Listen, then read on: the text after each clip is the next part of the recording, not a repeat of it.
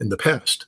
It's a clear provocation by Estonia. Now, if they were to shoot down a Russian aircraft operating in international airspace, this is just an empty gesture. Moreover, not a single nation that recognized or said they recognized the Palestinian state recognized the legitimacy of Hamas as the governing authority of the Palestinian people. I mean, it's ridiculous. So Trump, he doesn't understand what real peace is, and he's not working to achieve real peace. He's a charlatan. He's a con artist. He's trying to, buy his way into a Nobel Peace Prize by manufacturing. So long as the United States does the same and does not engage in any activities that are destabilizing in nature. Well, good Lord, the United States just said they're going to empower Ukraine to continue the war, maybe take the war on to Russia. Negotiations and things of that, they've combined that job, but that boss doesn't even have a job because he hasn't been ratified by the United States Senate. So we don't have anybody sitting in the desk of the job that's supposed to oversee. It may last another year, but more than 3 million Ukrainians will die. The death toll will double because we're entering the final phases of the war where Ukraine won't gain back its territory going to pre-war. What Donald Trump has done is opted out of the peace process. The peace process is now dead, and with it dies the Ukrainian nation, because there is no peace process. There is no prospect for peace. Ukraine, now emboldened by Donald Trump's irresponsible rhetoric, will continue to resist until the last Ukrainian, which has been Lindsey Graham's wet dream. And, when this war is done, and it will be done, this may last another year, but more than 3 million Ukrainians will die. The death toll will double because we're entering the final phases of the war where things are going to go very bad for the Ukrainians very quickly. And we will see more death and destruction. We will see the dismemberment of Ukraine. And if we're not careful, we may see direct conflict between Russia and NATO, which will be devastating for NATO.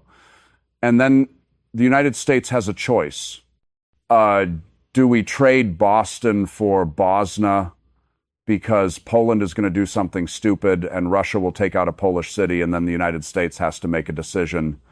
Do we commit suicide for an irresponsible Europe president?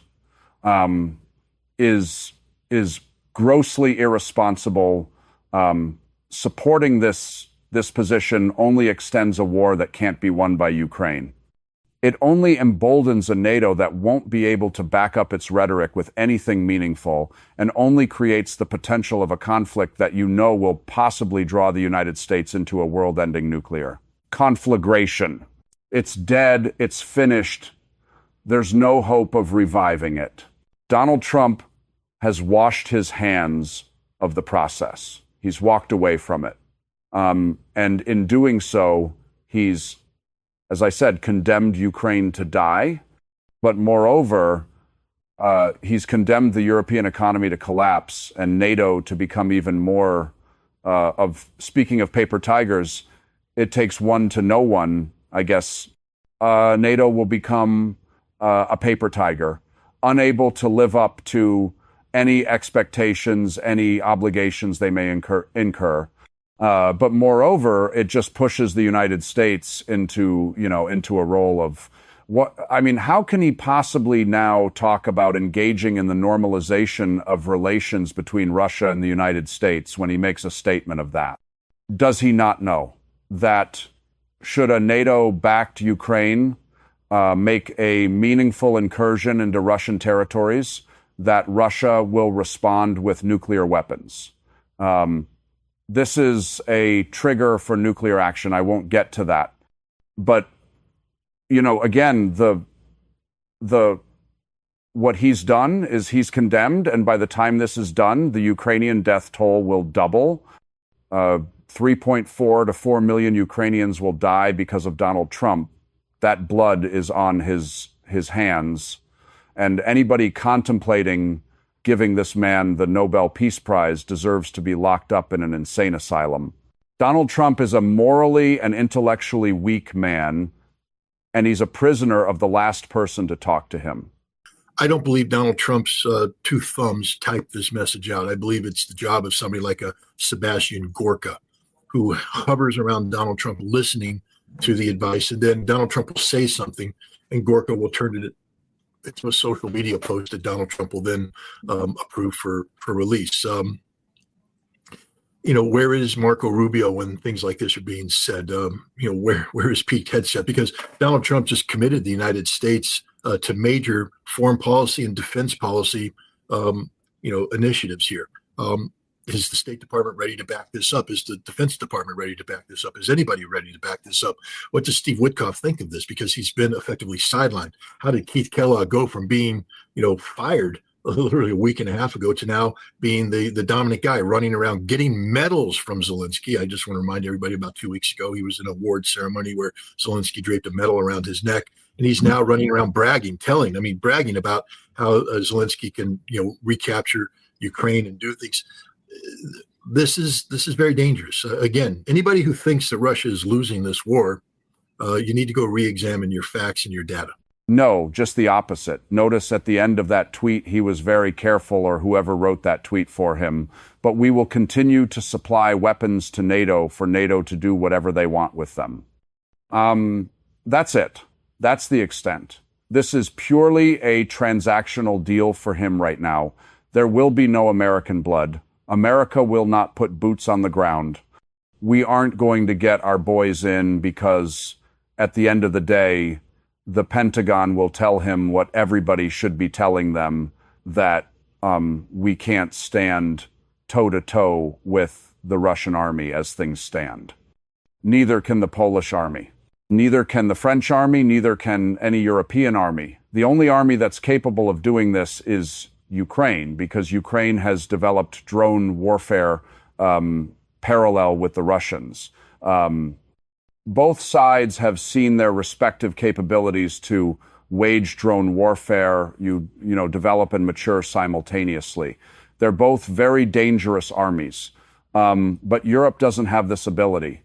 If for instance, a Polish army was to go up against their Russian counterparts, the P, or an American army, if the American military was to go up against the Russians, the American military would be bogged down and destroyed within days. They wouldn't stand a chance because they don't know how to fight drone warfare. If it was over Polish airspace, nothing. I mean, Russia would clearly be in the wrong. But Russia doesn't have any aircraft operating near the Polish border. The Russians are very careful to avoid such a scenario. The 3 MG-31S that Estonia claims violated airspace did nothing of the sort. They are in internationally recognized air transit lanes that have been used repeatedly by the Russians in the past. It's a clear provocation by Estonia. Now, if they were to shoot down a Russian aircraft operating international airspace, the Russians would, respond as Russia would respond. I don't know. I mean, we saw what they did with Turkey. Everybody thought Russia would come in, guns ablazed, and all they did is put pressure on the Turkish president. So the Aragon had to issue an apology and gravel before Putin because they were going to shut down the Turkish economy. I would imagine that Russia would not let the murder of a Russian pilot and the downing of a Russian aircraft go unanswered. But Russia is not in the business of deliberately escalating this conflict. Russia is winning the conflict in Ukraine. The best way to lose that conflict is to play Ukraine's game and get involved in a shooting match with NATO, because even though Russia would win, it would divert significant resources from the primary effort, which is you bringing the war in Ukraine to an end. Switching over to Gaza, Scott, will the near universal recognition of a Palestinian state in any meaningful way stop Netanyahu's slaughter in Gaza? No. First of all, the recognition is meaningless. I mean, to say you recognize a Palestinian state to the 1,967 borders and not put forward a plan on how you're going to compel Israel to abandon the settlements that they've put in the West Bank. It's stolen. The land that would comprise part of Palestine means that this is just an empty gesture. Moreover, not a single nation that recognized or said they recognized a Palestinian state recognized the legitimacy of Hamas as the governing authority of the Palestinian people. If there was an election today in Palestine, Hamas would win the election. And yet the United States, Europe, and everybody else is saying Hamas can't be part of the Palestinian future, which means you're basically, drawing lines on the map, but you're not willing to populate it with reality. And that just shows how disconnected these gestures are from reality. The bottom line is the thing that will get Israel to change its point of view are dead Israeli soldiers. And the bad news for Israel is that Palestinians, Hamas, continue to slaughter the Israelis on a daily basis. And none of that is being reported into the West because the Israeli military doesn't allow journalists there to report it. No. And it's also being suppressed what the Israelis are doing to the Palestinian people. I mean, every day, more women, more children, scores, their shattered, torn bodies are being scraped off of the rubble of destroyed buildings. The genocide is real. It's active. It's ongoing. And the world's ignoring this as well. Wow. Does Trump want... it's a silly question, but I'll ask. Does Trump want peace in either Ukraine or Gaza? Peace is in the way that you and I would recognize it. Trump wants to be seen as bringing an end to fighting. But, if you think peace happens because you got both sides to stop shooting each other for a specific period of time, then you don't understand the nature of conflict. Russia has indicated clearly that there cannot be peace in Ukraine until the root causes of the conflict are addressed in full. No half measures, etc. Otherwise, you're just simply buying time for the war to continue. And now that Trump has told the Ukrainians that they should continue until they restore the 1,991 borders and maybe go beyond, Russia will never end this war until they destroy Ukraine.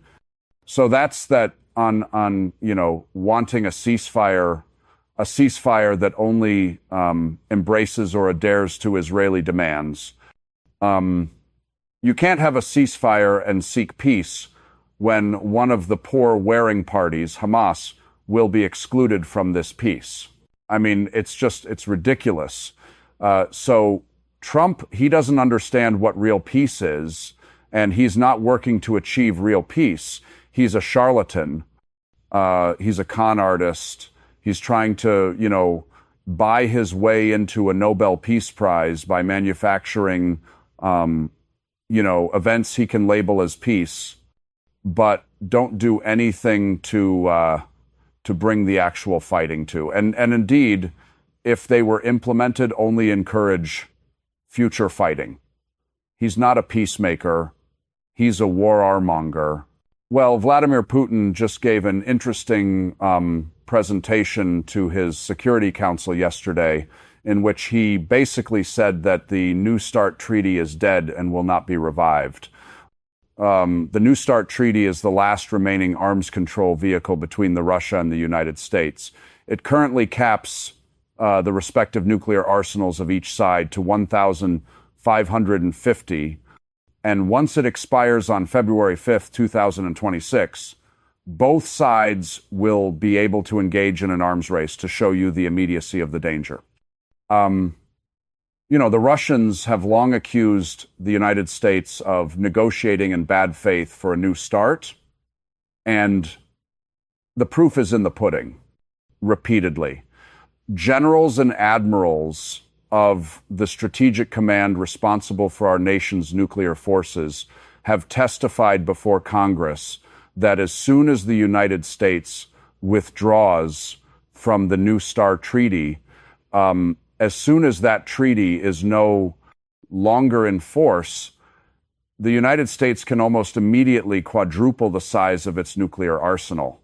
We do so by, for instance, we have 450 Minuteman III missiles Under New START, they've been downloaded to 1 warhead per missile. We would immediately put 3 warheads on those missiles, tripling the number of warheads available.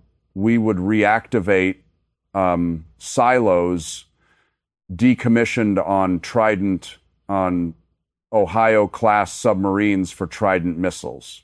These were supposed to be permanently decommissioned as part of the New START, but we only temporarily decommissioned because we lie through our teeth. The same thing. We would have B-52 bombers. They were decommissioned as nuclear-capable bombers, converted into conventional bombers, instantly transformed because all we did is clip a wire and you just have to splice that wire back together and there goes the B-52. So overnight, we'll have 6,000 to 8,000 deployed nuclear weapons on board. This just begins an arms race that will escalate poorly on behalf of the United States. Now, what Vladimir Putin did do is open the door for potential, resolution to this. He said that Russia will voluntarily adhere to the caps of the New START treaty, meaning that he will keep Russia's arsenal capped at 1,550, so long as the United States does the same and does not engage in any activities that are destabilizing in nature. Well, good Lord. The United States just said they're going to empower Ukraine to continue the war and maybe take the war on to Russia. So we may have killed Putin's offer from the very beginning. But the other thing is Donald Trump's talking about the Golden Shield, this theory of a ballistic missile defense system that can't work and we can't afford it. But if we go forward with that, the Russians more than likely say, if you're going to build a missile defense shield, then we will have to build missiles capable of defeating your ballistic missile defense shield, and then we begin an arms race. So we are in a very, very precarious situation, and unfortunately, we don't have a president with the mental capacity or the moral integrity to see us through this. If we're not careful, we could find ourselves stumbling into a nuclear war with Russia. Knowing Trump, he who knows what he'll view it as, but he won't view it in the proper light. The other problem is that he doesn't have the ability to negotiate. I don't mean him personally. I mean the United States government. On July 25th, Donald Trump, addressing a reporter, said, "We can't allow New START to expire." Well, guess what, Donnie Davy? It's going to expire because you didn't do a damn thing. And one of the reasons why he didn't do a damn thing is a week prior to making that statement, you authorized Marco Rubio to gut the United States State Department. For all you maggot types out there saying they got to go, the State Department's got to be cut.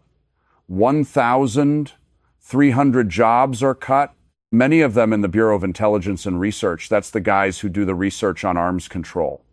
And a lot of them came from the Bureau of Arms Control, from the Russia desk, the people that deal with Russia. And then after you cut them, he consolidated jobs. So, for instance, there was an Arms Control Bureau that does arms control. Now it's the Arms Bureau that also does counter-narcotics and counterterrorism. And, we're sitting here manufacturing a war against Venezuela by blowing up tuna ships that we call, drug smugglers. You'd think this guy's number one task right now is going to be coming up with an arms control treaty. He's going to be overburdened. His boss was supposed to be, on negotiations and things of that. And they've combined that job. But that boss doesn't even have a job because he hasn't been ratified by the United States Senate. So we don't have anybody sitting in the desk of the job that's supposed to oversee arms control. Then, lastly, the whole team that does multilateral arms control negotiations, nuclear arms control negotiations, has been eliminated. So Donald Trump doesn't have anybody to do these negotiations. Even if he wanted to, we couldn't. This is an extremely dangerous situation. And he's surrounded by yes men, Gorka, Vance, Haig, Seth, Rubio. They're worse than yes men. Yes men might even have a brain attached to their ability to say yes. These people are fundamentally stupid about all things pertaining to the national security of the United States. Marco Rubio is a Russo. Pete HGS is a battalion operations officer operating well out of his death. And Sebastian Gorka, he's a traitor to the United States. I'll just leave it at that. Traitor to the United States. Yeah, he loyal to the government of another country. He's loyal to the government of Great Britain. He's loyal to the government of Israel. He used to be an MI6 asset. He used to work for the intelligence services of Great Britain. Scotty, you're a champion, and your knowledge is so broad and so deep, and I thank you for it. We had the original segment that went for 2.5 minutes until we had problems with the service provider. Thank you for coming back and doing this one. You and I will be together on Saturday. What are we going to be doing? Well, we're going to be with our good friend Gerald Salante in downtown Kingston at the Four Corners of Freedom, he calls it, John and Crown Street in Kingston, New York, where there's a peace and freedom rally. We'll be joined by great speakers like Joe Loria, the editor of Consortium News, Dennis Visonetz, former congressman, former presidential candidate, and all-round good guy, Ray McGovern, former CIA presidential briefer.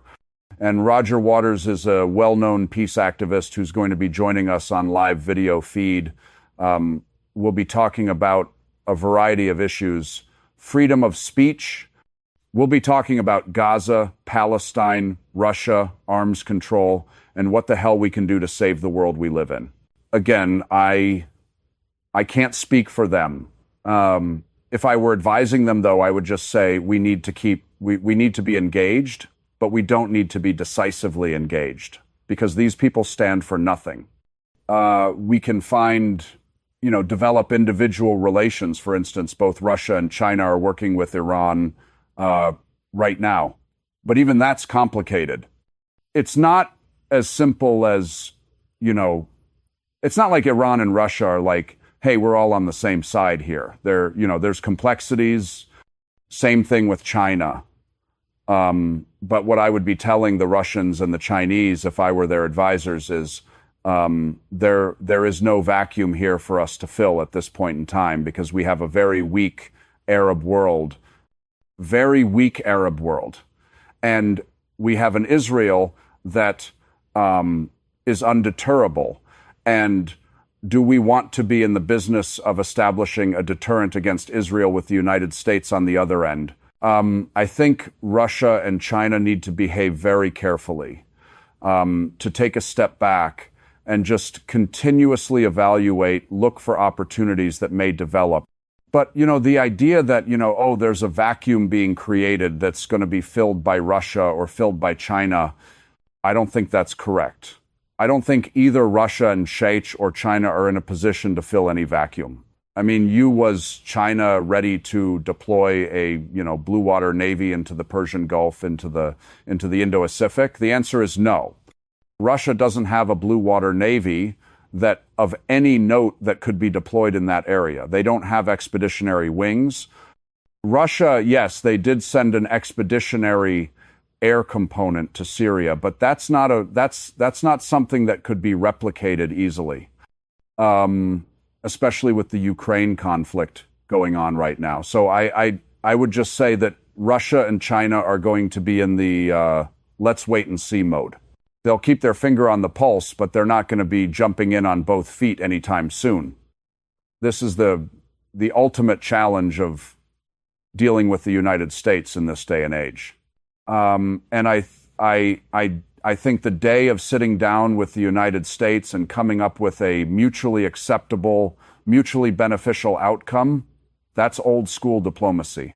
And I don't think the Trump administration's capable of engaging in that kind of diplomacy. I think instead these nations need to wait for the Trump administration. Instead of leading the horse to water, You just sort of got to wait back until the horse goes to water on its own. And I think that's what has to happen here with the United States, is that the traditional structures of diplomacy are out the window. And what needs to happen is both Russia and China and anybody dealing with the United States has to step back and just monitor what's happening, try and influence on the periphery, but don't jump in with both feet with the United States, because it can be a very frustrating experience. What you have to do is let the United States sort of arrive at a decision point on its own. And then if that decision point's where you wanted them to begin to be, then you can jump in and sort of fix that in place.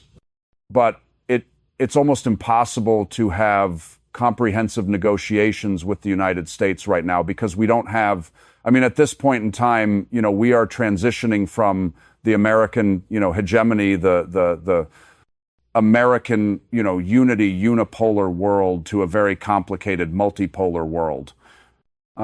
This means that one would think that your State Department needs to be expanded and the number of experts brought in so they can manage these exponentially growing levels of complexity that exist in the world today.